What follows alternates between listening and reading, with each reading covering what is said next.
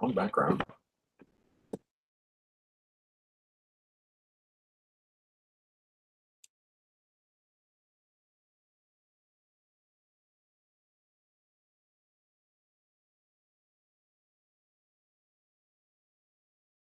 That's weird.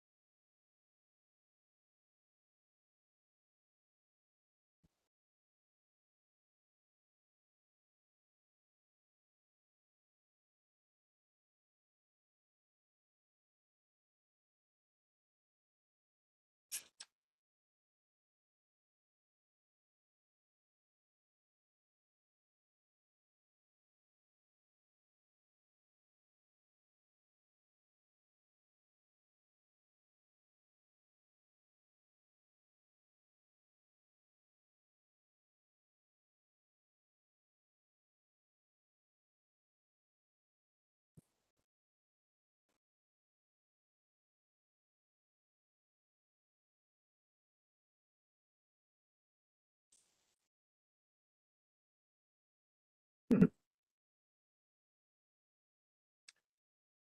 Can anyone hear me? Yes, this is Miss Granville, Chair of the committee. I can hear you. Okay, great. Just making sure. I haven't used this system before, so good to go.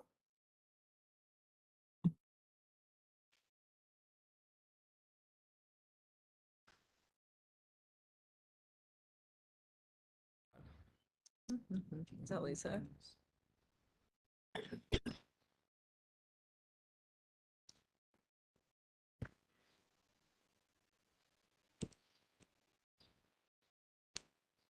Good evening, everyone. Hi. Good evening. I'm Miss Granville. We're just waiting a few more minutes for people to join in.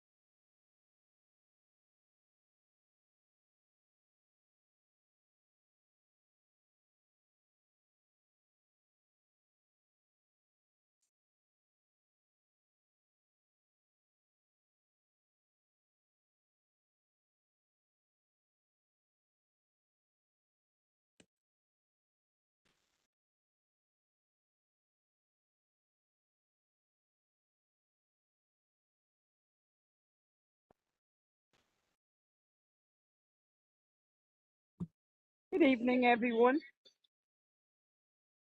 Good evening. I'm just waiting a few more minutes for people to join in. Okay, Ms. Granville. Hi.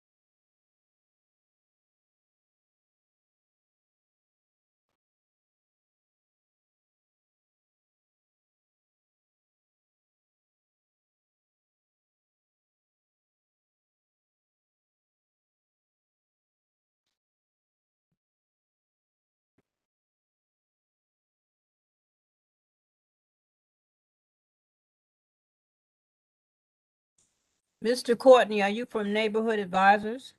Yes. Okay.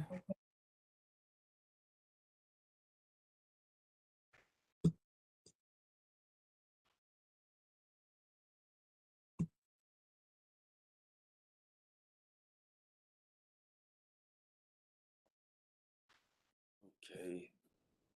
Let me see here. Thank you for today. Okay.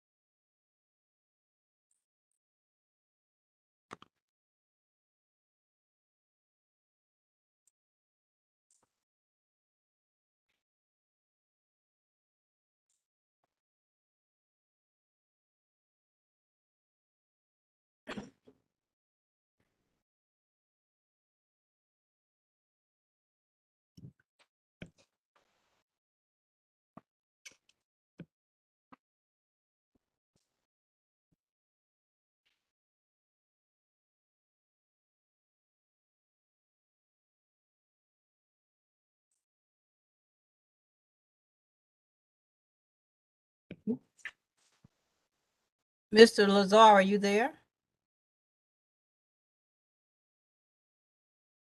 Yes, I am. Will you be the only representative from the Department of Buildings tonight? No, Damaris is on too. Okay, thank you. Hello, good evening. It's Damaris. I'm from Department of Buildings as well. Okay.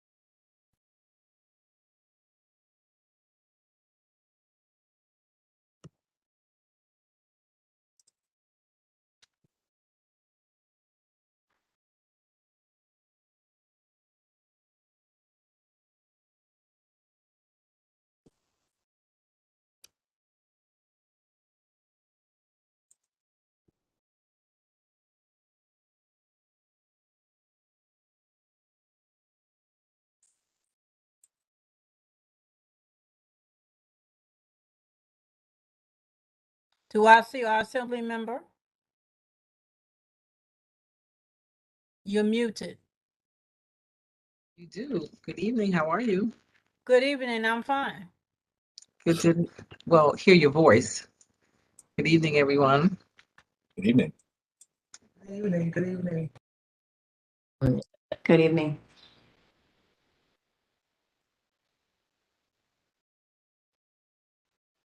Most people are muted. I'm gonna mute.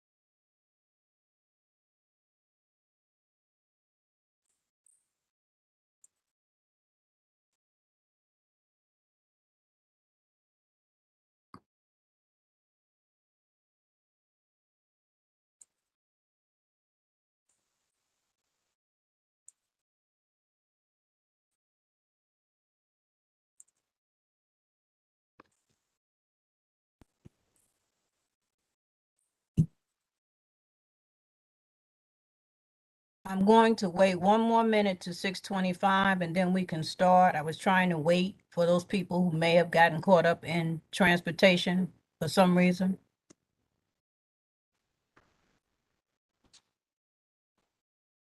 And I understand there's a rent guidelines board meeting this evening, so we probably will not see a lot of the people that we would normally see.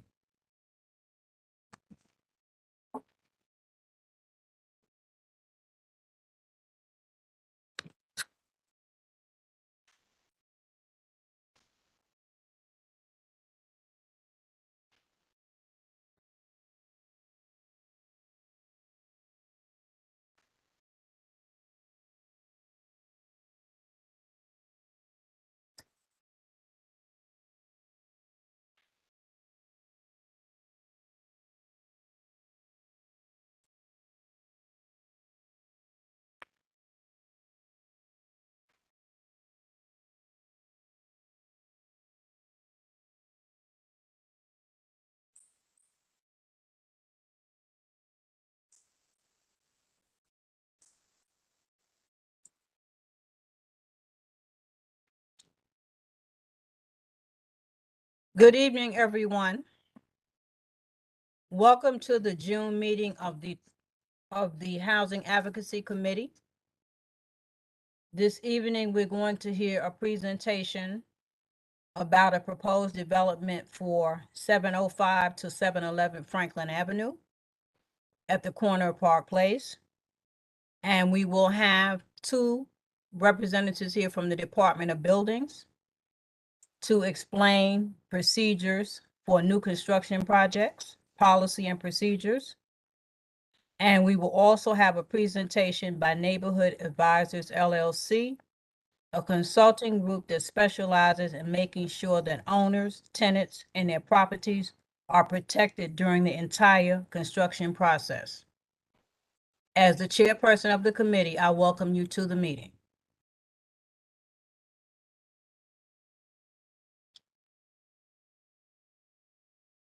Now, who's representing the developers? No one?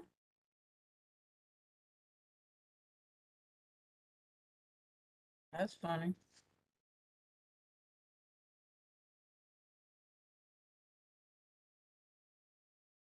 Now, if your lips are moving, I don't hear you because you may be muted.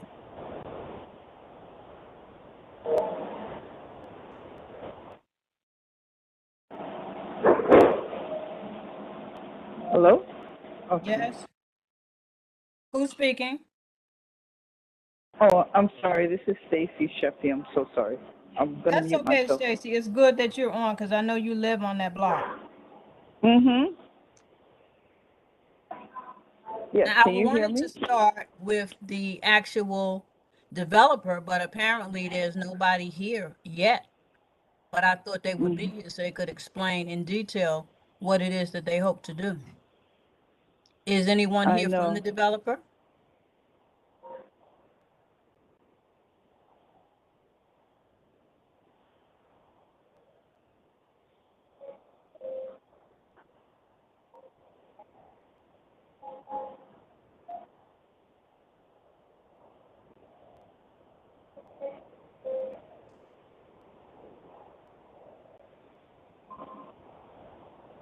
Now, while we're waiting, there's a number that came up that starts with 917 and it ends in 91. Whose number is that? Oh, that's me, Stacy Sheffy. Okay.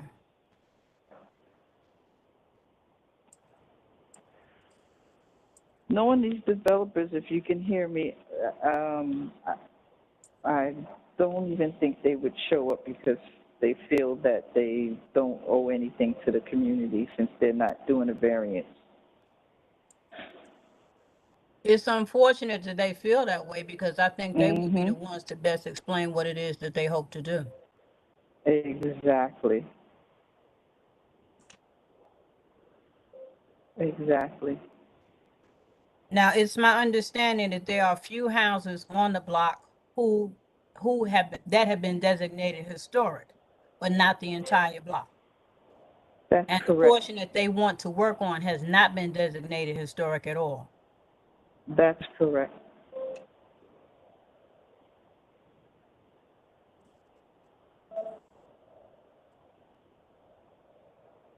So if any of the neighbors are present and you would like to express your concerns, you may do so. Ordinarily, I would let the developer talk about their project.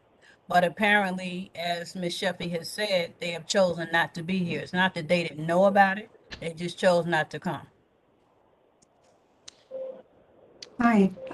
We were hoping the building owner at 703, Miss Lisa Pierre, would be on the phone. She's been our landlord for over a decade. We oversee the property, and we're part of the crew who started a petition hoping to dissuade a luxury condo from going up. So we are some of the concerned neighbors, part of this, who asked to have this call to understand what's going on. I think Miss Pierre just joined the call. I see her name here. Oh, Ms. Pierre just joined the call? Okay. And you said that you're a neighbor also. Where do you live? We're at 703. Miss Pierre is on the ground. Yeah, 7003 Franklin Ave. I'm the property owner. Okay.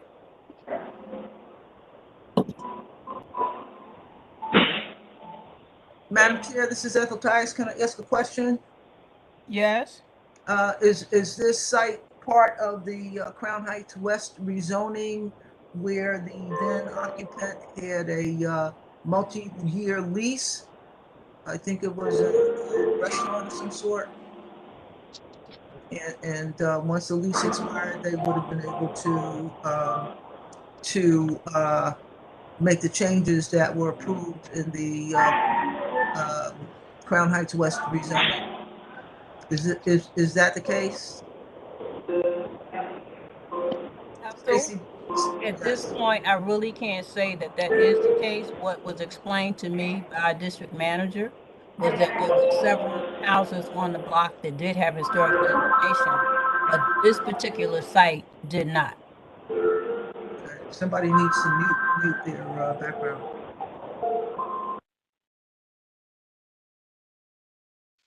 Thank you.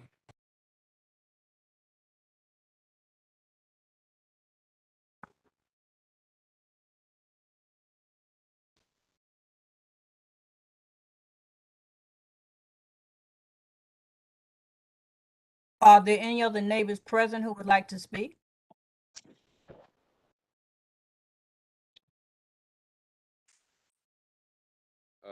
Hello, my name is Don Christian, and I would be willing to speak. Can you speak a little louder because I can barely hear you?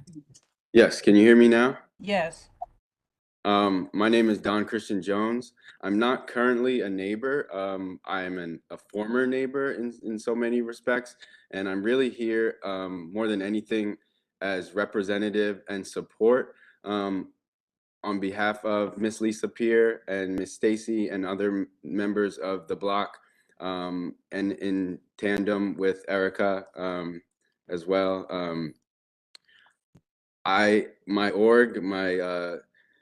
It was a community arts org, the design lab. We occupied that lot, that commercial lot, 705 and 711 Franklin, for about a year and change prior to being displaced by the property owners.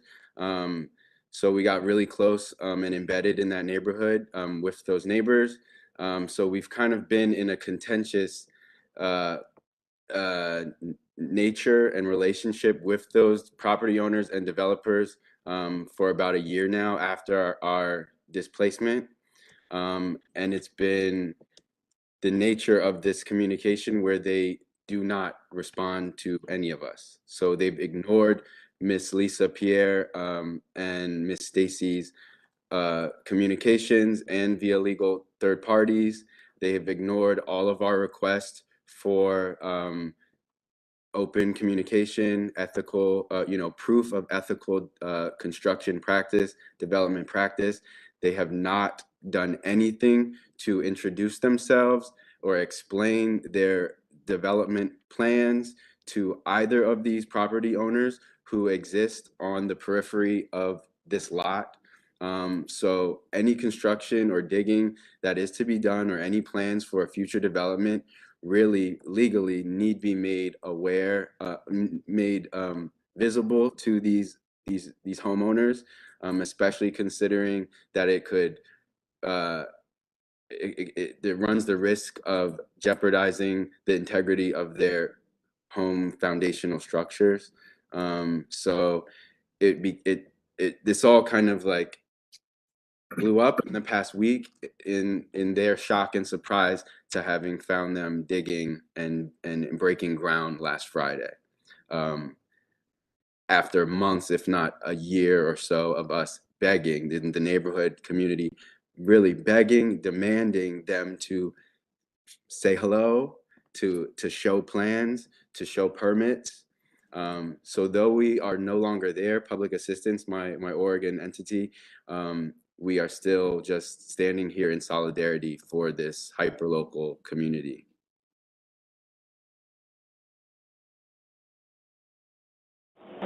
And so, Najani, if I may speak, this is Stacy Sheffy again, and Stacy. thanks, Don. And just to give an update, as of this morning, they did put a permit on the wall, and they were going to send, I saw one of the owners going to send plans to both my neighbor's attorney, but that doesn't negate the fact that they're digging down an 11-foot hole that has rocked and shook both of our houses this past Friday. We did call, 311 calls, and whatever other calls that we could make to, and along with some of the neighbors to get at least a stop order. So there is a stop order on the gate now as of today because of the excavation. And I did try to reach out to LPC and to whomever, since my house is a historic house, to see what my recourse is, since these guys are not really forthcoming. So I'm not sure what else can be done, and since he did say they have no need to come and make a presentation or even say, to the community what they're doing, he'd just rather, fight or do what they have to do and be done with it. Excuse me, Ethel, I see your hand. Yes, ma'am. Where is it? I can't see. We're over on Sterling Place between Brooklyn Avenue and New York Avenue. There's a very similar scenario occurring, and the people have been digging around. Friends of 920 Park Place, which is the historic asset involved in that suit. The litigation is ongoing. An Article 78 proceeding is ongoing regarding that, and part of the what I want to share is that Department of Buildings has a memo prohibiting excavation within 80 feet of a historic asset.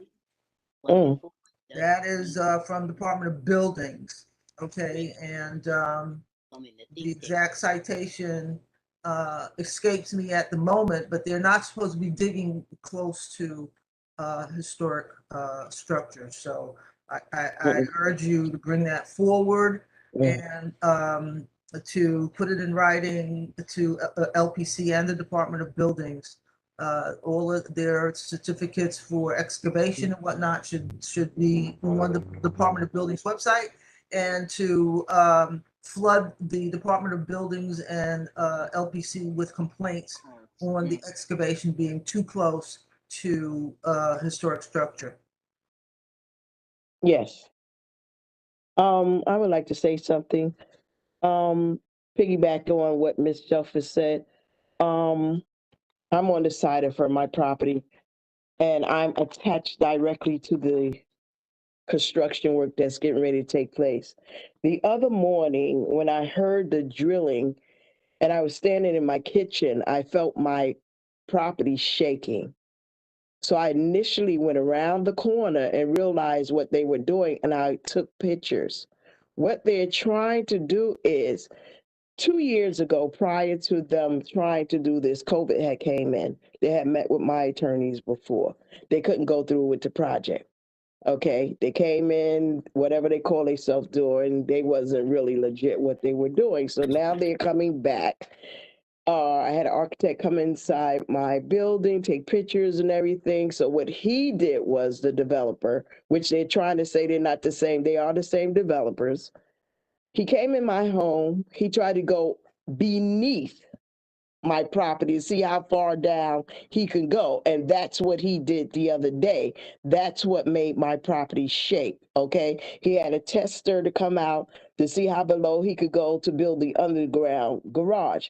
Now, like Miss Stacy said, neither of them came back to the table with any type of blueprints, anything stating what they were planning to do.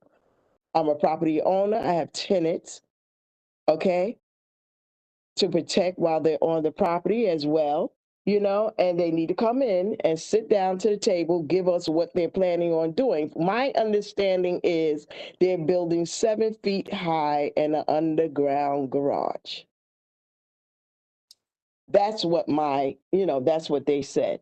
So we don't have anything to go by, nothing. And I told them they cannot build unless they bring something to the table, to my attorney, on the table, because I need to protect my property.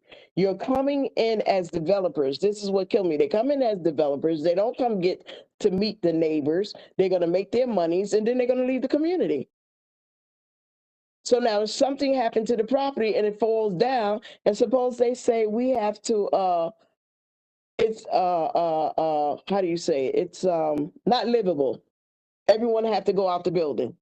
What are we going to do? What's going to happen? It's have been done over and over and over again. And the property owner is left holding the bag with no monies to fix their property. And they've gone on to the next project. And it's not fair to us. I've been in this community since 1954. Not going anywhere. And so they are here. And it's like they are not leaving. So they need to come in, like I said, sit down with us, come bring something to the table that we're comfortable with, because like I said, I'm on one side and she's on the other. I'm directly attached to their property. Madam So- Chair, Athias, again, a near-term experience that mirrors, echoes what Ms. Pierre is going through. We've been advised, we have Michael Hiller running Article 78 to protect the 920 Park Place and surrounds, abutting property owners like Ms. Pierre. And we were advised to go top to bottom and take photos of everywhere we think cracks would appear based on the excavation, and the complaints that need to go to Department of Buildings would be for excavation. And again, the excavation cannot be within 80 feet of a historic asset. So there's that needs to go in writing to LPC and to the Department of Buildings, and to tell the Department of Buildings to issue a stop work order. So get your pictures, notify your insurer, and go on from there. Can I? Okay, will do. Is it okay if I jump in for a moment? Yes, Mr. Courtney, go ahead. Great.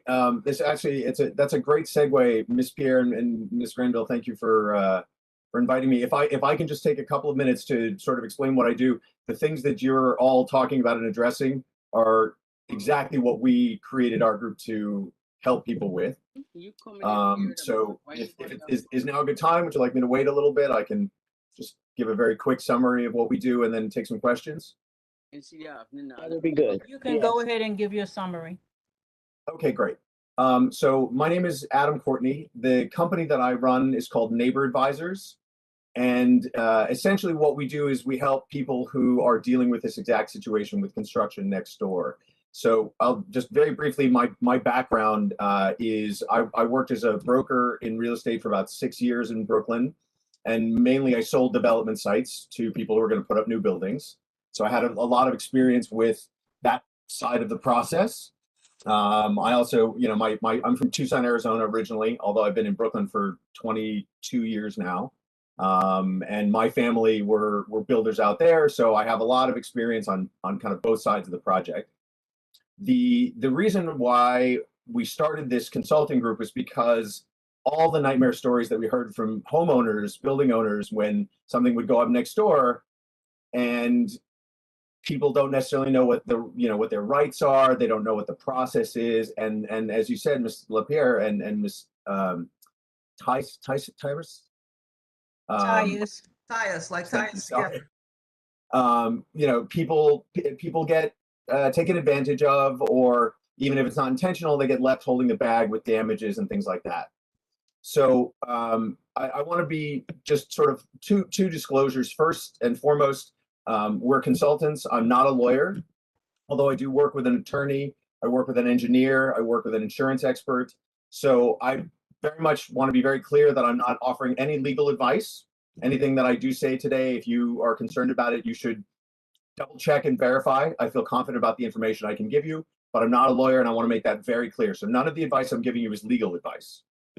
Though we do work with an attorney who does New York City construction law all day, every day. He's the one who drafts our access agreements. And so if anybody has direct questions, I can also refer you to him for specific legal questions. So Neighbor Advisors is essentially a consultant group that works with property owners who own property next door to new construction. Unfortunately, we can't really work with people who are tenants. We have to work with the building ownership, although we're always happy to advise tenants. And sometimes tenants have brought their owners to us so that we can help them out. What we do is we essentially negotiate the access agreement. So when they're putting up a new building next door, they're going to need a certain amount of access to your property. And depending on how close your building is, they may need more or less access. For example, if you have a 3-story building and they're going to put up a building that's taller, 4, 5, 6 stories, they need to put up roof protection on your roof to make sure that if something falls off their building and lands on your roof, it doesn't puncture the roof envelope and cause leaks. They'll have to put up scaffolding in the front. Most often, usually they'll have to put up scaffolding in the backyard as well in case something falls and doesn't land in your yard and hurt somebody. All of this is access that they need to get into your property. They may, depending on the size of the building, they may need to put in vibration monitoring in your basement to make sure that your building isn't shaking so much that it creates a foundation problem. Ms. Pierre, it sounded like you were talking about that they maybe wanted to go deeper than your basement. Right. So in New York City, you own your property from edge to edge, all the way up and all the way down. So in the same way that a builder couldn't come in and say, well, you have a 4-story building, so I'm going to put my building up 5 stories and just build an extra apartment that hangs out over your apartment or a deck or something. Mhm. They can't dig under your building without your permission either. So that's called underpinning. Mhm. And it can be done safely and it can be done legally. You know, it happens all the time in New York City. It's not a problem, but it is something that needs to be observed. And you want to make sure that you have your own engineer taking a look at their plans to make sure that they're doing it correctly. Mhm. So first thing to know is that you have the right to review their plans. So you have a right to see their plans. If you want, have an engineer look at their plans, because most often when the city's examining plans, they're examining it for code compliance, things like that. They're not necessarily thinking about the direct physical impact on the neighbors. When it comes to underpinning, essentially, let's say you have a 6-foot deep basement in your building, and they want to go down 10 feet because they want a nice high garage or a finished basement. So they're going to need to underpin your building. If you think about it, it's like building a sand cat. If you ever dug a hole at the beach, you go to the beach and you dig a hole in the sand. As you start to dig down, sand from the sides starts to fall into your hole, and you have to dig that out too. The problem is that if you have a building here and your foundation's here, and then you have another building here, but they're going to dig their foundation here, when they start digging this hole, the sand's going to fall out from underneath your foundation, and that can cause instability. So when they do that, and they can't, like I said, they can do it and they can do it safely. What they have to do is pour more concrete under your foundation in order to shore up your building. But it's really important to know they can't do that without your permission. That's your property. They cannot do that on your property unless you give them permission. Their alternative, if they don't want to get your permission or they don't want to underpin or you say no, because you can say no for any reason, is that they can go, it's called what's called a step footing, which means for every foot they go down below your basement, they go over 1 foot into their property line. So if they want to go down an extra 4 feet, they have to come down and in 4 feet. Now, that's not that big a deal on a 100 by 100 foot lot, but if it's a tight lot, 20 by 20, then it might be more valuable to them to do the underpinning. So that's part of the questions that you need to be aware of and have the right to ask about. And all of this, you have the right to what's called an access agreement, which is a written agreement between you and the developer that specifies what kind of access they're going to do. It makes it very clear that they're responsible for any damages. And we have a number of ways that we ensure that they take care of their obligations. And one of the things that we insist on is that the access agreement runs until the job is done and cleaned up and the repairs are done. Because that's what we hear most often. Somebody comes in on the first day and says, and we always hope everybody's going to be a good neighbor. They're going to be a responsible builder, that they're going to take care of their responsibilities, and that you won't have a problem. Unfortunately, it doesn't always work that way. So, a lot of times people come in and say, well, here's my insurance. I added you, and here's a quick little draft access agreement. Sign this. Don't worry about it. I'll take care of everything. And I've seen a dozen of those, and they never protect the neighbor. They always protect the person who drafted the agreement. So the first thing you should know is that you have the right to an attorney to represent you, and the developer should be paying for these costs. So why should you have to spend $5,000 on an attorney and an engineer and whatever else you need? Because your neighbor's putting up a building and they're going to make money on it. So what our company does is we represent the neighbors. Like I said, I sort of quarterback the process. So I work with the attorney, the engineer, the insurance experts, my clients, and the developers to try to move the process along, to make sure that our clients, the neighbors, are protected from any possible damage. And, again, I'll be honest, damage happens. When you're building in New York City, everything is built right on top of one another. It's hard not to. Certainly it's inconvenient. It's going to be loud. There's going to be dust. There'll be trash. There'll be people coming in at all times. So it's a little bit chaos. It's never fun. Our goal is not to stop the project, which I think is really important to understand. That's not what we do. Our goal is to make the project move as smoothly and quickly as possible while still protecting our clients. So that at the end of the day, 2 years from now, when the developer, as you said, is done and they're selling their building and they're moving on, they don't get to walk away until they've actually fixed any problems they created. So that's kind of the short version of what we do. If anybody has any questions, Ms. Pierre, you're exactly the person that we would like to talk to at some point, because you and you're at 703, you are right next to the property. So the two neighbors that are directly on either side of the property are going to be most physically affected by the project. So those are most likely the ones who need the access agreement. The other thing I'll point out is that the one-page insurance document, a lot of times they'll show up and say, we added you to our insurance, so you're covered. And I don't know if any of you have ever bought a commercial insurance policy, but not all policies are created equal. That's right. There are a number of exclusions in policies that sometimes create problems. I'll just give you one brief example. We had a client in Clinton Hill. Our client had a 4-story building that they lived in, and they operated a business on the ground floor.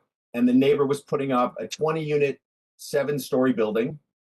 And, we started this process, and he said, don't worry about it. I have my insurance. I said, great. Send me the full binder. The full insurance binder is about 80 pages, and it lists everything that's included and not included in the policy.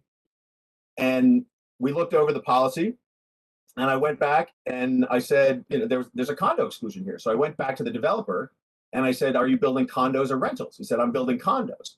I said, well, you don't have an insurance policy at all, because there's a condo exclusion in your policy. Your very expensive insurance policy is worthless for this job. So they had to go back and get a whole new insurance policy. Now, I don't know if that was just inattentive on his part, if it was sloppy, but it could have created a real problem if there was an issue with the insurance because his insurance wouldn't have paid. There's another policy called a hammer clause. That's the other one we really watch out for. A hammer clause says that if any of the subcontractors on a job don't have their own insurance policy, nobody's covered on the job. So, you know, if your contractor or their contractor hires either a subcontractor who doesn't have it or a couple of guys who they pick up from Home Depot, and one of those guys gets injured on the job, or God forbid, and here's the really crazy part about New York law, the way it works, if somebody falls off their project and drops down and lands on your roof and breaks their leg, technically you're liable for that injury because it happened on your property. So there's a good reason why these things are really important. Really knowing that they have a good insurance policy. We've had a situation where a subcontractor of the developer was a plumber, was putting in a sewer tap to the new water main, and something happened and they broke the water main. Flooded the entire street. We happen to represent the neighbors on both sides of the project. Both of them had 4 feet of water in their basement, took a day or two to get it out, and caused a bunch of damage. The next year was spent arguing between the insurance company for the contractor and insurance company for the plumber about whose responsibility it was. And meanwhile, my client's sitting there with $15,000 worth of damage that somebody's got to pay for. And at the end of the day, the developer's attitude was, you can fight it out with the insurance company. And my attitude was, no, we have an agreement with you that says you'll fix any damage to the property. You fight it out with your insurance company, and you can tell us how it goes. And until then, you still have to maintain the access agreement. So at the end, in that situation, after 6 months of fighting about it, the developer wrote a check for the $15,000 because he didn't want to have to keep paying for his access agreement, and then had to go deal with the insurance company on his own. So it's little things like that that we know happen all the time. And the person who has the best resources tends to be the one who wins. And that's not ideal. So when we draft our access agreements, it's with the intention of creating as few loopholes and vagaries and opportunities for, well, that's not our fault, as possible. But like I said, we're not looking to hold up the project. You know, we're not the people to stop the development. You know, there are lawsuits I know happening all over the city to prevent developments from happening. That's not something that we do. The only thing that we're concerned with is protecting our clients from the damage, making sure that they understand what their rights are. And at that point, then doing what's best for the client, which is let's get this job done as fast as possible. Nobody wants scaffolding just sitting in front of their house for 3 years because the job ran out of money, or because, you know, the developer is now working on the inside of the building and it's just not worth it for them to clean up the outside yet, things like that. So that's a sort of a short description of what we do. And FYI, I just put in the chat my contact information. The company's called Neighbor Advisors. You can find us at neighboradvisors.com or look in the chat. And I'm happy to answer questions for anybody off to the side if you want to call. Mr. Pierre, we should probably have a conversation at some point. Sounds like you're right in the middle of this. So this is a good moment. My understanding is that they have done the demo, but they haven't started the actual excavation for putting in the foundation yet. Is that the case, or?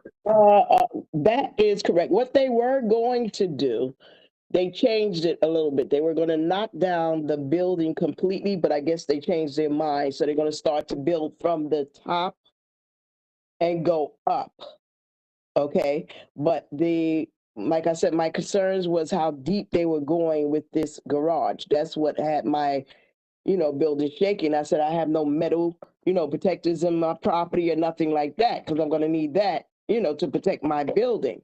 Sure. The metal back brackets and other things. You understand what I'm saying? Because, Absolutely. like I said, the tenants are there, they're upstairs, they have their, space or whatever. And then when I spoke to the guy, it was so unusual. I said, well, how are you building this property? You don't even have an egress. So what are you talking about? Yeah. In case of fire, the way the property is designed, we can't go back this way because there's a church right there on Prospect Place, which blocks us totally from getting out. And I'm right here by the building. In case of emergency fire, where are we going? We're stuck. Right. One way out. Well, so their building is on the corner, so I can't, again, I haven't seen the plan, so I can't speak to the specifics yet. Right. Just looking at the Department of Buildings website, I see there's a stop work order right now, which usually means they were doing something they're not supposed to do. I have not seen the filing plans for the new building yet. The only thing that they filed so far was for the demo permit. So, you know, again, it's a question of now, let's see what their plan is. What are they going to do? One thing I will say, it sounds like somebody came through and took a bunch of pictures. Is that something that they sent over a person to do that for you, or you did that yourself? No. 2 years ago, I had my own to come in and take pictures of my property. Outside, inside, up, roof, and everything. I have a brand new roof, and what you say, yes, my roof need to be covered because I have a brand new roof, you know, and everything else. And then he was talking about utilizing my side of the property to do his work. So I'm like, okay, so you need to come to the table. Right. So one thing that should also be very clear is that they are going to need access to your property. What you're talking about, all the photos, that's called a pre-construction survey, and they have to do that before they start construction, because if there's any damage, they need pictures of the before and the after. Otherwise, and again, this gets into legal territory, so I don't want to make any claims about this, but the reason they do that is a little bit for the developer, right? Because if they come in, if you say a year into construction, hey, there's a new crack in my wall, and the developer says that's not our fault, but if they don't have pictures of the way it looked when they started, then it's a reasonable assumption that it is their fault.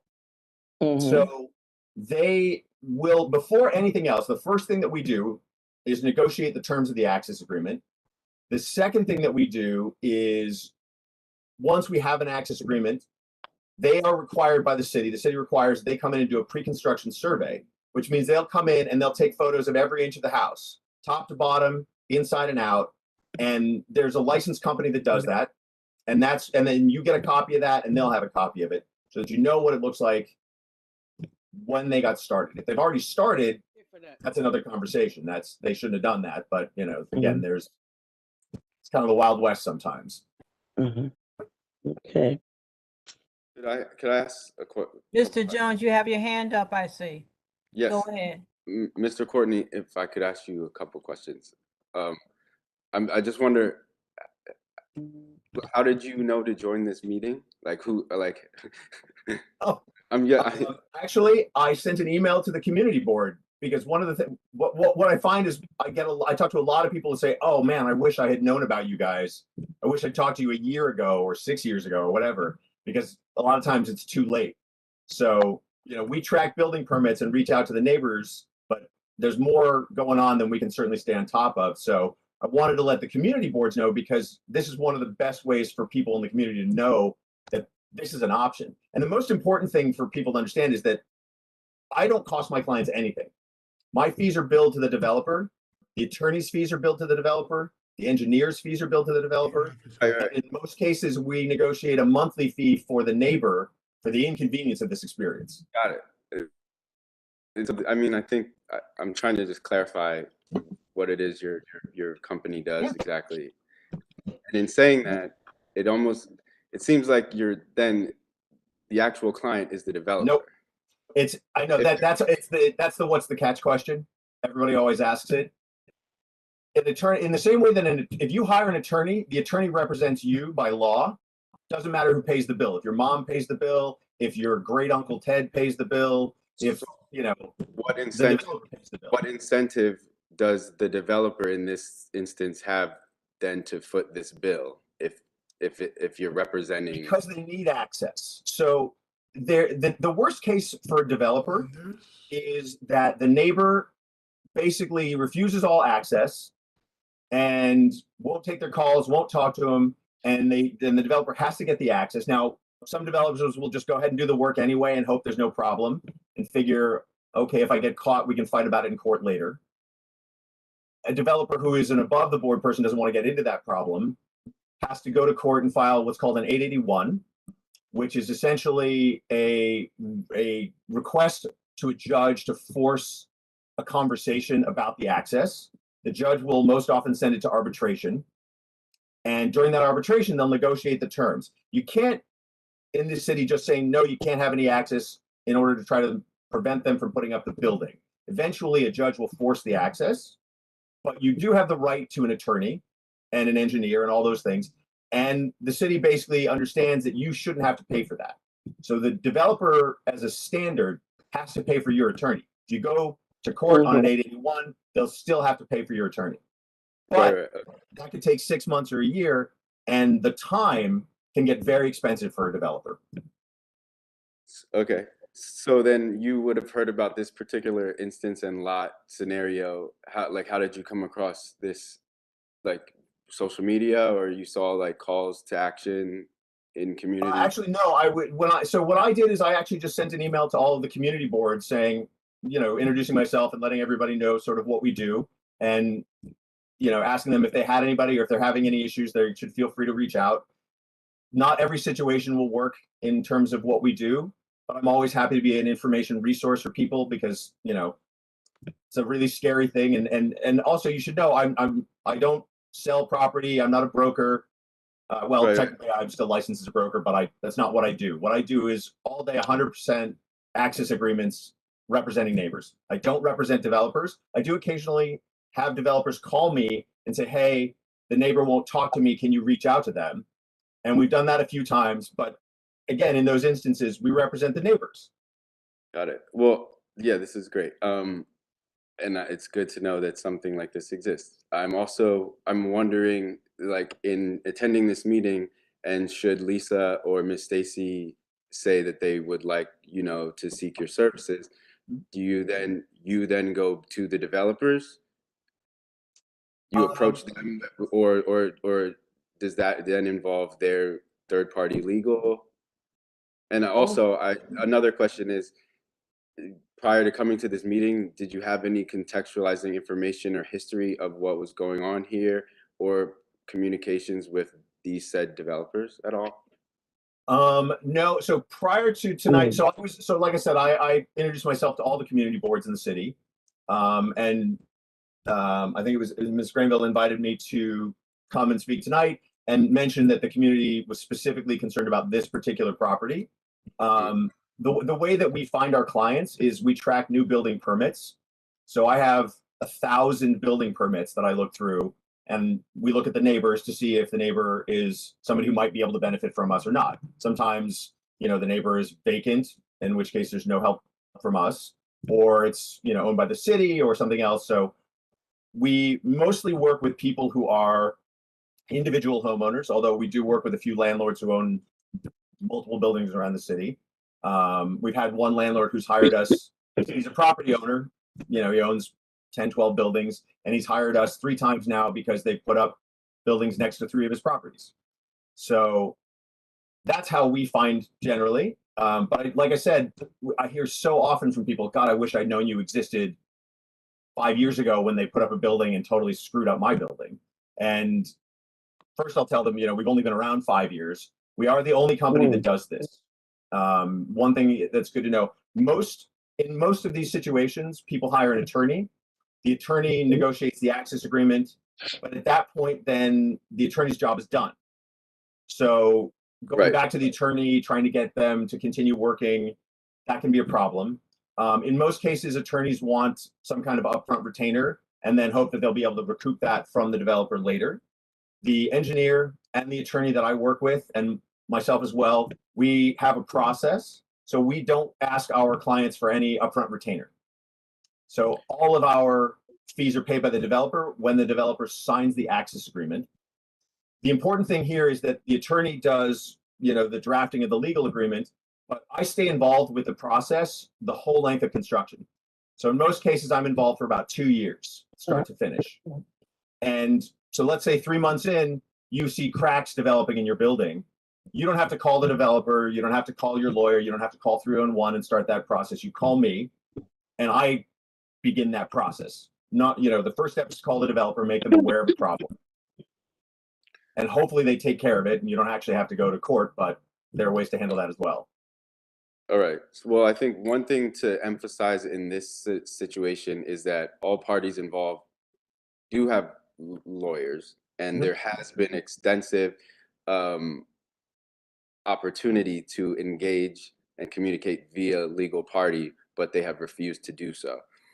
Another thing to mention with regard to access agreements, specific to Lisa's property, is that there need be an egress in this plan, for which no one has shown her. So they're absolutely, like, by law, there has to be an egress from her building, as it's a multifamily unit, or it's many multifamily units have to have an exit point from this lot. So that's something that needs, more than anything, really needs that, and the structural, like, integrity issues, like, that needs to be addressed immediately. But then also, it's really great to know that something like your company exists. But I also think it's getting a little, and let me know if I'm getting ahead of myself, Miss Lisa or Miss Stacy. But I think this is like a two-pronged issue. There's like these legal matters of what happens given this impending construction, which has already broken ground. But there's also a matter of, like, ethical process and practice that this neighborhood is being denied before we even get to this space of the buildings going up, which it seems like the building's going up, right? And that's why we're kind of in this frenzy. But there's this whole matter of what's taking place before the building going up, of the neighbors feeling as if they've been silenced and erased out of the conversation. So I think while your services could prove very useful very soon, there's also something we need to speak to with community board and city council with regard to the silencing of all of these people that have stated for over 2 years now that they don't want a condo. So it's feeling like there might not be that much that this neighborhood can do to prevent the building of a condo, but I think collectively there's a seeking of understanding as to what rights the neighborhood has to this development, to the design process. Is there any rights of first refusal, or to demand that there be community space in this, or low income units in it? None of this has been divulged at all. And there's also a history and precedent of community orgs doing so much out of that space. So, at their own volition, there's been a community petition that went out about a month or so ago that has over 1,600 signatures, a petition against this development. So I think that's important to know. I've put that in the chat. We've also, together as neighbors, launched a community survey, which has been completed by almost 75 hyperlocal neighbors. So there's just this wealth of kind of contextualizing information and history and narrative that shapes what is about to occur in this lot, that I think everyone involved is really wants to be made seen and heard. I absolutely get that. I'll just tell you that you're sort of right. There's sort of two issues here. One is the sort of community and moral space, and the other one is the legal nitty gritty and the protection. There's things that they absolutely can't do as developers or contractors, legally, right? Should they really mess up these women's homes, or it's a health risk or what have you, right? So there are things that they cannot, infractions that they simply cannot make, and that's why there's this stop work order, right? But there's right. Also the problem is that it's not so much a question of legally what can or can't they do. One of the things is sort of helpful about New York City compared to other states is that every single lot in New York City has a specific zoning. It has a specific, it's called FAR, which is what people usually think of as air rights. It's the floor area ratio, and it's based on the zoning times the square footage of the lot. So in this case, the zoning here is an R7A, which has a 4 FAR, and it has a commercial overlay as well, which means they can do commercial on the ground floor. And it's about an 8,000 square foot lot. So they can build without getting permission from anybody else, what they, when they bought this land, this building, their as of right is what is that, 32,000 square feet. So 8,000 square feet times 4. So that's what they can build without getting any permission from the city, other than permits, without any kind of variance. That's what it is. They bought this lot. That's what they're allowed to build as far as the city is concerned. So the context and the neighborhood and how that works, that's a different conversation, and that's something that I think is very relevant to communities and community boards. It's just not something that I personally and my company can help with. The only thing I can help with is making sure that you don't wind up with a situation where they destroyed Miss Pierre's building and now you got to deal with it. We try to preempt that. We want to make sure that all the things are taken care of in advance so we never get that far. Let me interrupt for What? a moment. You do have 2 people here from the Department of Buildings, and it might be useful for the discussion if they tell you exactly what the policy is and exactly what is permitted given this particular situation or a similar one. I believe Mr. Lazar is on, and Miss Valero. Yes, hello, good evening, everyone. Good evening. So yeah, I mean, this is basically what the department is going to be able to regulate and enforce the building code. That's generally what we do. Yes, we, in addition to providing licenses for contractors and such, but on an enforcement side, we're really enforcing the building code, right? So as far as us being able to prevent any sort of construction from happening, that's not where we would come into play. That's something that's would necessarily be a legal matter or a private matter between parties. But I did want to, obviously, Mr. Lazar and I wanted to come on so we can give you more information about what is planned, what's going on currently at the site. So there is a stop work order at 705 Franklin Avenue. So there's a few addresses on this lot, which is a little bit tricky as when you're trying to navigate our site because there's different things posted at different locations. So it makes it a little bit difficult to navigate and find certain job filings and applications and things. But there is a stop work order. They were so it looks like during the inspection, the foundation was basically they failed to provide shoring and what else? Yeah, so there was no shoring and bracing in place to prevent a collapse. So clearly that's a full stop work order. And we did that yesterday. We inspected on Monday. And we issued that full stop work order. As of right now, there is an application for a demolition, but just an application. So there's no permit actually pulled in addition to the application for the new building. So the application for the new building isn't filed on our buildings information system. We have basically 2 systems, and the new system, which is DOB Now, is where a lot of these new projects are being filed under. It's not the easiest site to navigate, I will be honest. A lot of staff have issues navigating the site, but this specific job is filed under the DOB Now public portal. So they did file for a new building, for an 8-story new building. It is filed it's with 8-story? yes, They said, 8-story. they said 7. Now it's 8.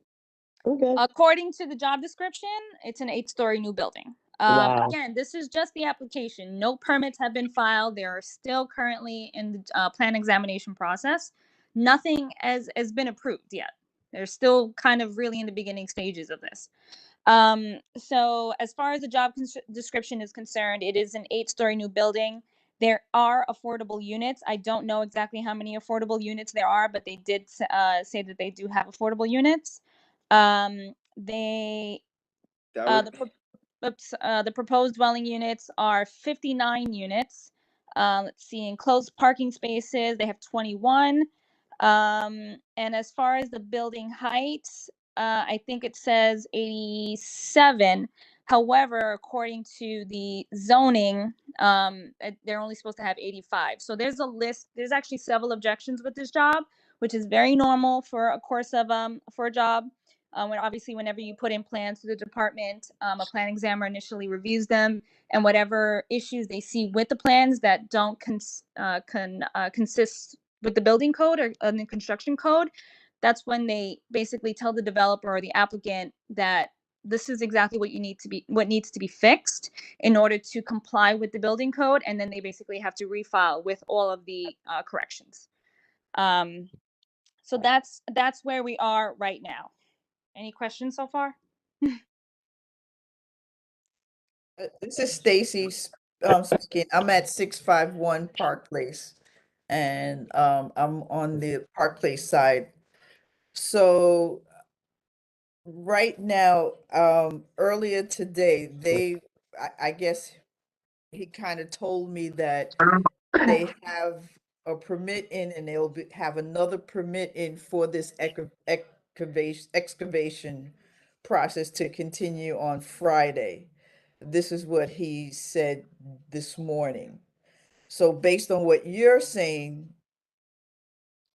if there's nothing, no permit for the excavation yet, if they come and try to do another excavation on Friday, then they would be in violation, or they can't do Well, they anything. can't do that.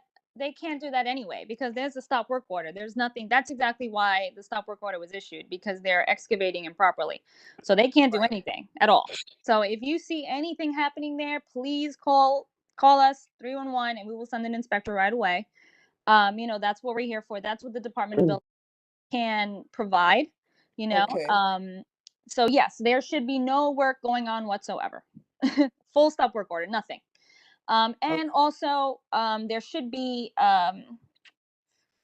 sorry, like kind of like fences, like you've seen green fences sort of like around the site, and No. all of, None of that. so there should be permits posted at the site at all times. So you They should just be, put it up. Sorry, they did just put up this permit on the wall. So I did see that okay, today. okay. I don't know, I mean, if you can give me the permit number, because I don't see anything here as far as excavation.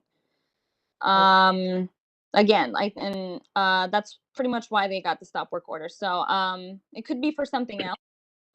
The permit, I mean, I don't know exactly what they told you, but I can navigate through our site again. There's a lot. There's, like I said, it's a little bit difficult to kind of navigate because there's like 3 different addresses here. So I'd have to look into everyone individually and try and find out what's going on.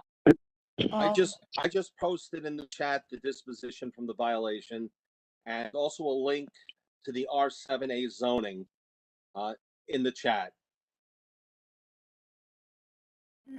This is Ken Okay. Lazar. Okay.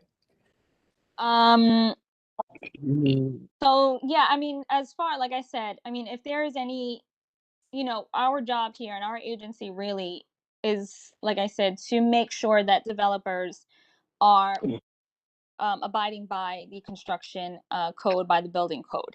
Okay, we obviously have a code for safety measures to protect other property owners, to protect obviously the overall safety of New Yorkers, and that's really what our agency does.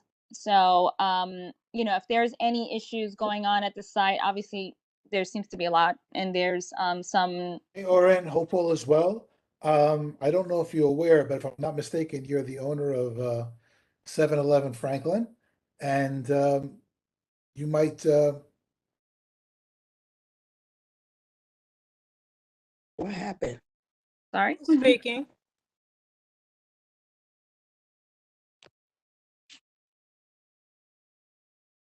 But okay, so as I was saying, I mean, really just call us whenever there's any issues, and anything that we can take enforcement action on, we will do.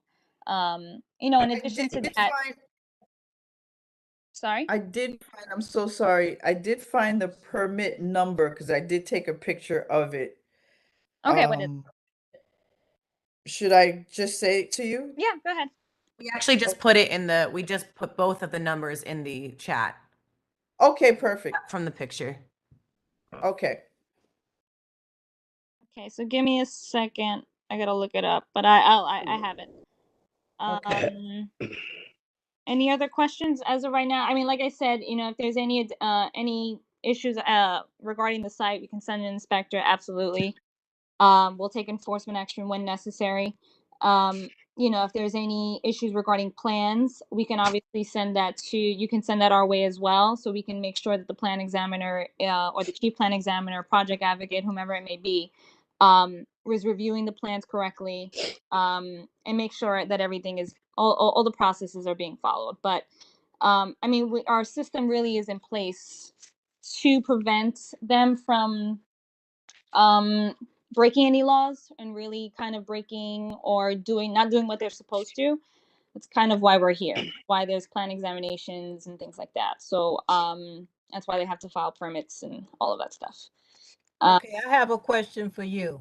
How Sure. do they contact you? Do they contact you directly, or do they have to go through 311? Exactly how does that work?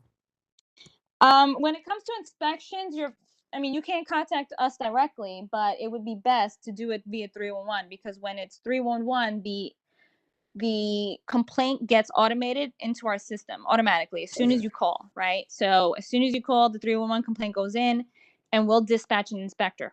So if you go through me, then I have to reach out to our enforcement unit to then get somebody out there. But if it's 311, it's sort of like a very automated process. So it's very quick. It's very And of course, they should record all of their complaint numbers and the date. Yes, but you're absolutely you can definitely do that, but all of the complaints are available on our website. The complaints never go away. Even if they're closed, Okay. they never actually get off of our website. They are there. Historically, you'll see every complaint that has ever been issued to the department. Okay. I have a question. Excuse me 1 second. Mr. Todd, you have your hand up? Maybe he forgot that he put his hand up. It's been up for the last 10 minutes. I wanted to give him a chance if he had a comment. No, I'm trying to get my video to work here. Whatever. It doesn't. Yeah, there I am. Whatever. In any case, yeah, getting back to some of the earlier questions like Don, Christian, and others, this idea that developers have some right to get permission from the neighborhood to build something. It's kind of shocking for people to realize that when, as Adam Courtney pointed out, so-called as of right means just that. When you buy a lot and the zoning is R7A, that means you can build whatever you want to there as long as it is in conformance with the zoning. They don't need anybody's permission. They don't need to knock on doors and ask anyone. The only exception would be if they want to build something that's bigger than what's permitted. Then they have to get a variance. Then we have some leverage as a community member to get concessions, to get some affordability, et cetera. But the system is basically stacked in favor of the landowner because he can now do whatever he wants as of right, as long as it doesn't impinge on your property. So if he's going to do something that's going to damage your wall or it's going to affect your foundation, obviously you have the right to not have your property damaged.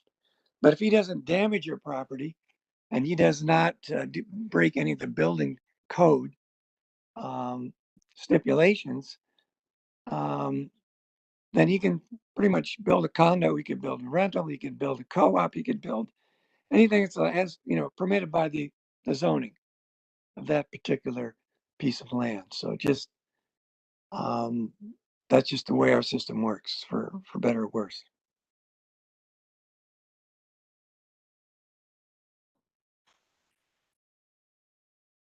Understandable.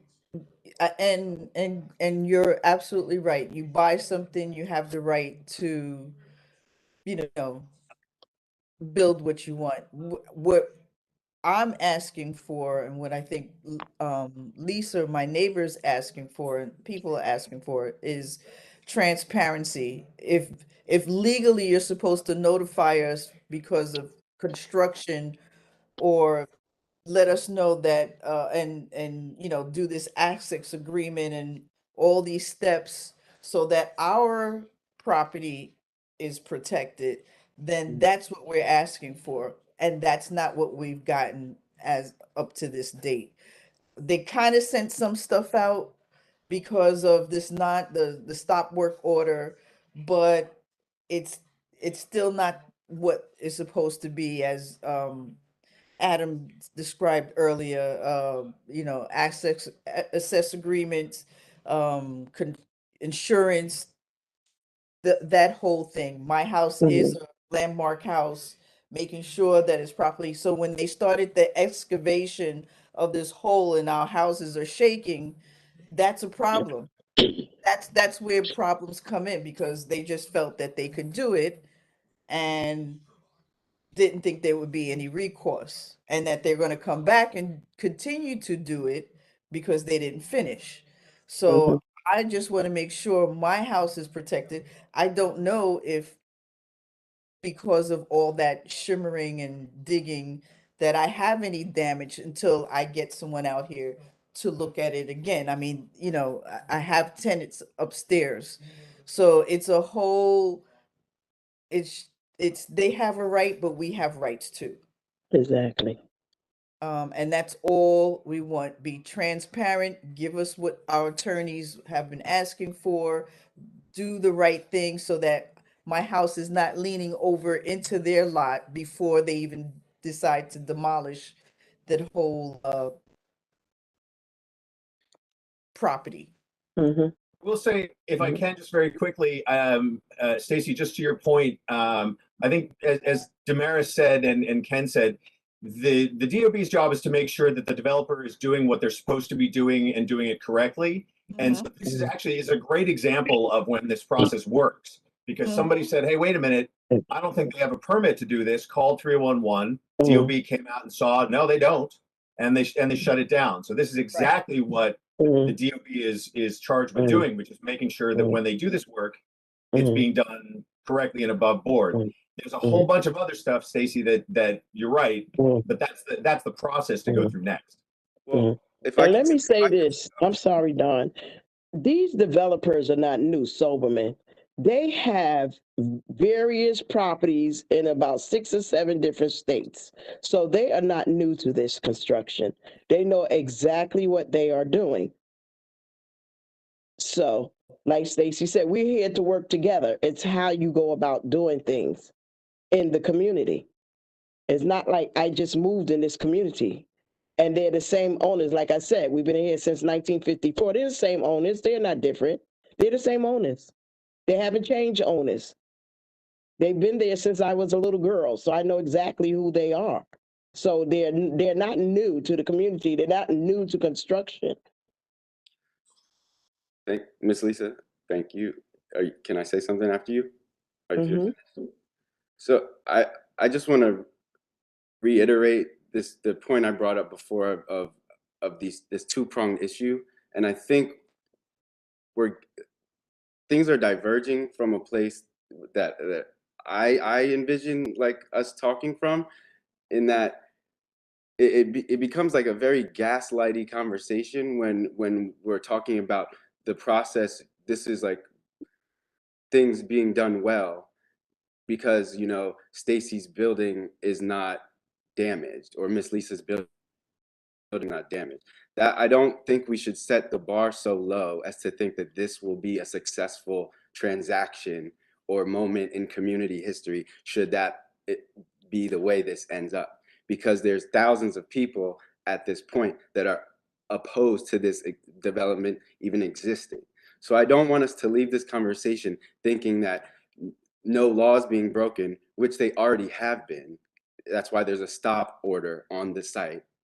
Okay, like as if like that will be a success. So and we wouldn't even be here, all of us together, had there not been so much ground effort and initiative to get us all here to talking about this in the first place.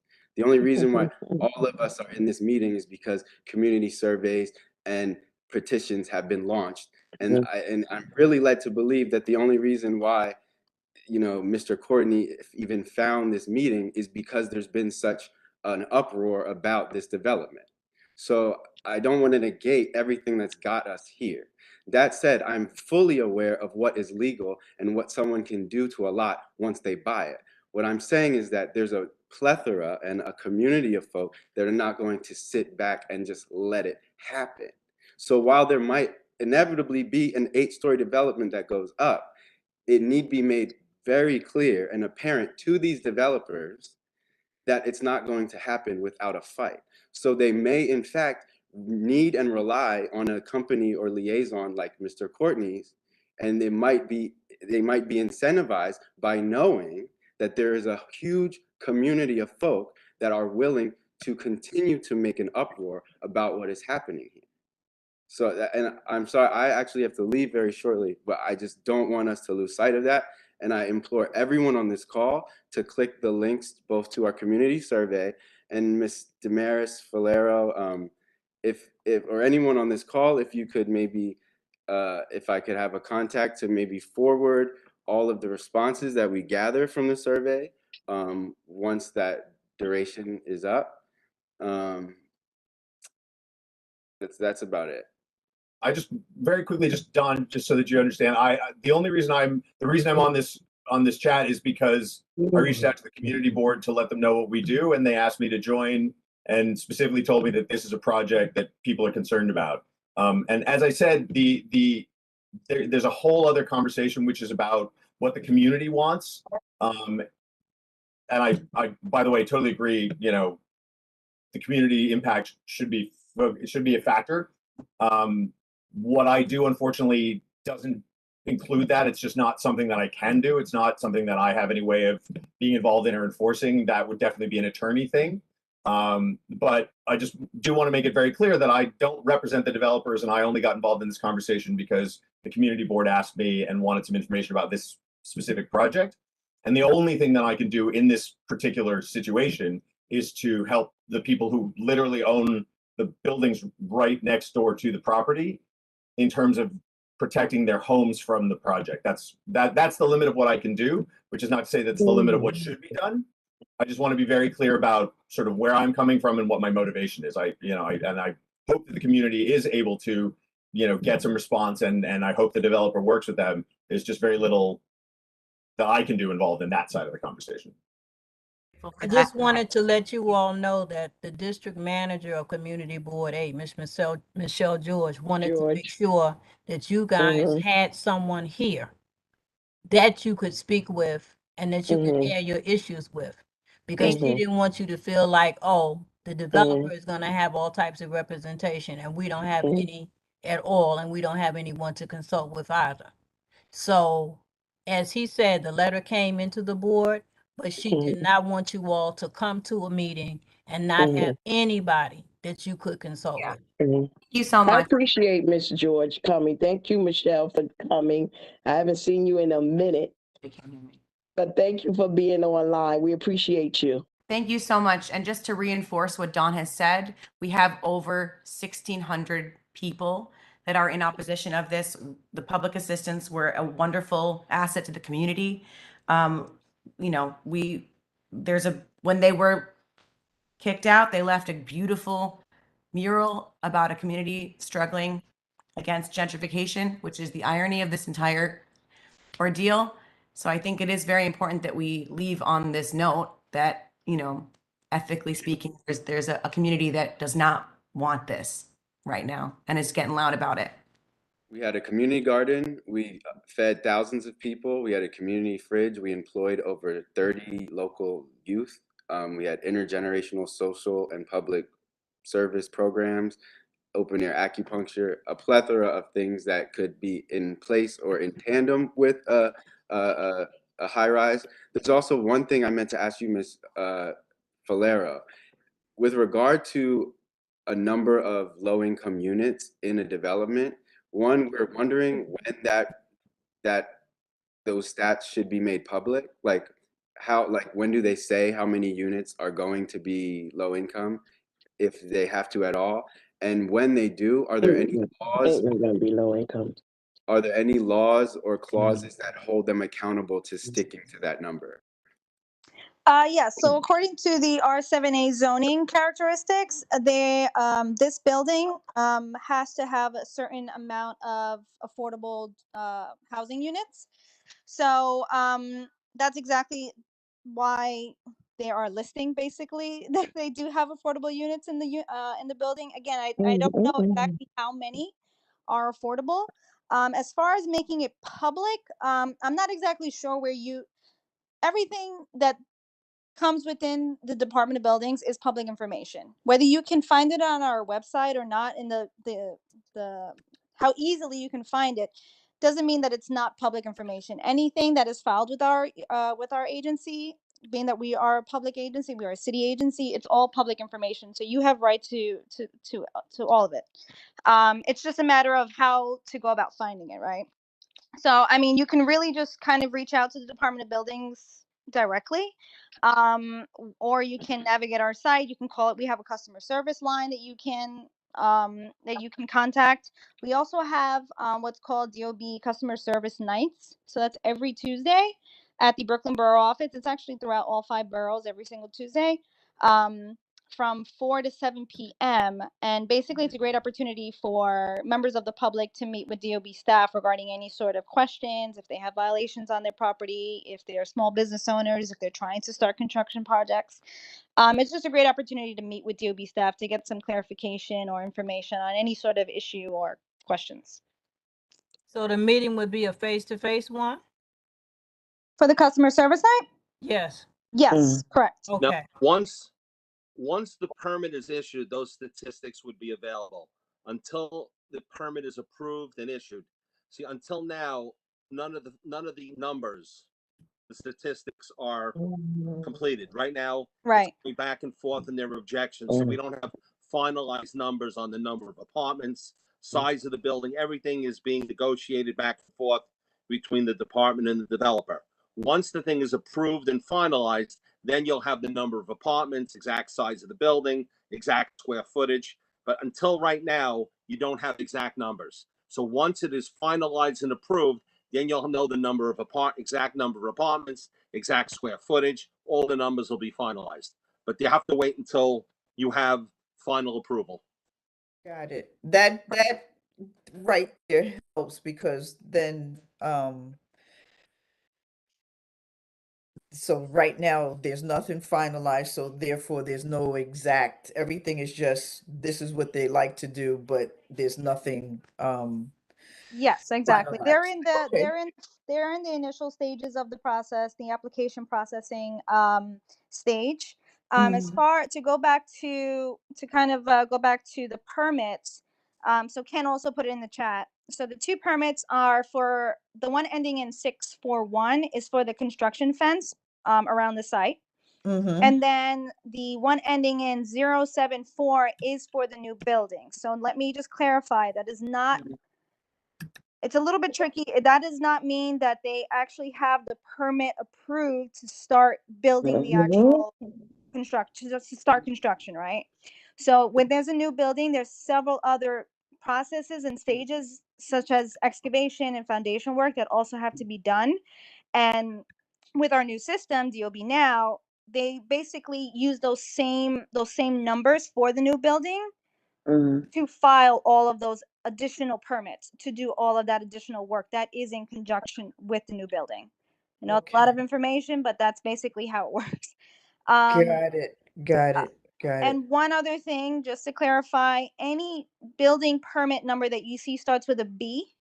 So the ones that you mentioned in the chat, those are Right. all filed through our DOB Now system. Okay. If it starts with a 3, then that's with our buildings information system. That's our older system. So we're still utilizing both. I know it's annoying, it's tricky, it's a little bit hard to navigate, but just so you guys know the difference. Okay, got it. So got it. I mean, I'm more concerned right at this moment with the excavation process, that there's a big hole right now next door. And you know, that they don't come back Friday and decide now they're going to dig even closer to my house, to my wall. They You can't. know. They absolutely cannot. Okay. There's still a Okay. stop work order on order on the Okay. property, full stop Okay. work order. So Okay. Got it. literally nothing. So just as soon as, if you see anything happening, please call us. Factor right away. Okay. I thank you. Thank you so much. That was the information was a big help. No problem. Yes, and everyone, Right. I'm sorry, I also have to run, but I just wanted to say thank you for giving me opportunity to talk to you all.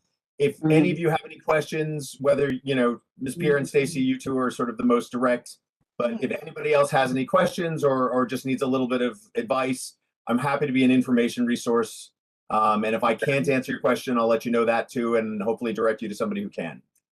Okay, did you Okay, thank put you. your information in the chat, or is there a way I to? did. It's at the top of the chat there. But if anybody, you can also find my phone number. It's at neighboradvisors.com.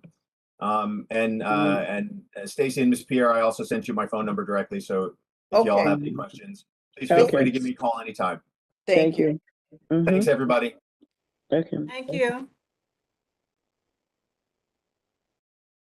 All right. I hope that you all got something out of this particular meeting. Yes, he I did. did. Now, I you did. guys don't know me, but I don't like to hold a meeting and have people walk away without some new information that they didn't have when they sat down.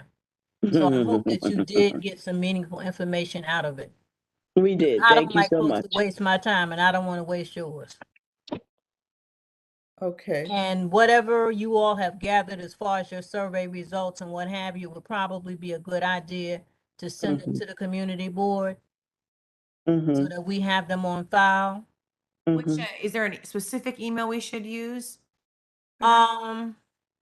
If you Google the Brooklyn Community Board 8, the email should show up. But if Okay. you really, really want to make certain that you have the right one, tomorrow you can give the office a call and they will give you the email themselves. That way to make sure you have it right. Because there's nothing as discouraging as sending something and thinking somebody has it and they don't have it. And there I have it. Thank you, Ms. Granville. Thank you very much. So thank you all for coming out. And if you have any other questions, please forward them to the board office and we will try our best to make sure that we get answers for you. Okay, thank you so much.